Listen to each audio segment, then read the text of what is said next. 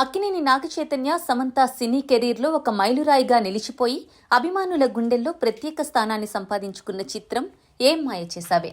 గౌతమ్ వాసుదేవ్ మేనన్ దర్శకత్వంలో తెరకెక్కిన ఈ రొమాంటిక్ డ్రామా ద్వారానే సమంత టాలీవుడ్కి ఎంట్రీ ఇచ్చింది.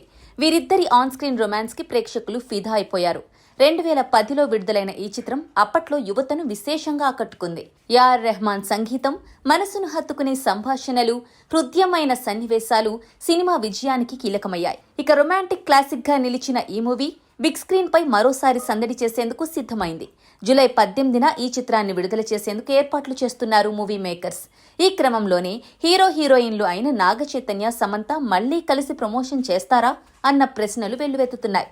ఇక ఏం మాయ చేసావే రిలీజ్ ప్రమోషన్ల గురించి సమంత ఇటీవలే స్పందించారు. చిత్ర బృందానికి సంబంధించి వ్యక్తులతో నేను ప్రమోషన్లలో పాల్గొనేది లేదు. ఎవరు అడిగినా ప్రమోషన్లు చెయ్యను. ఇలాంటి ఫేక్ న్యూస్ ఎవరు క్రియేట్ చేస్తున్నారో తెలియడం లేదు. ప్రేక్షకులు ఏమైనా కోరుకోవచ్చు, కానీ వారి దృష్టికోణంపై ఒకరి జీవితం ఆధారపడి ఉండదు అని సమంత క్లారిటీ ఇచ్చారు. ఇక సమంత కామెంట్స్ ని బట్టి ఆమె ఈ సినిమా ప్రమోషన్లో పాల్గొనదని తేలిపోయింది.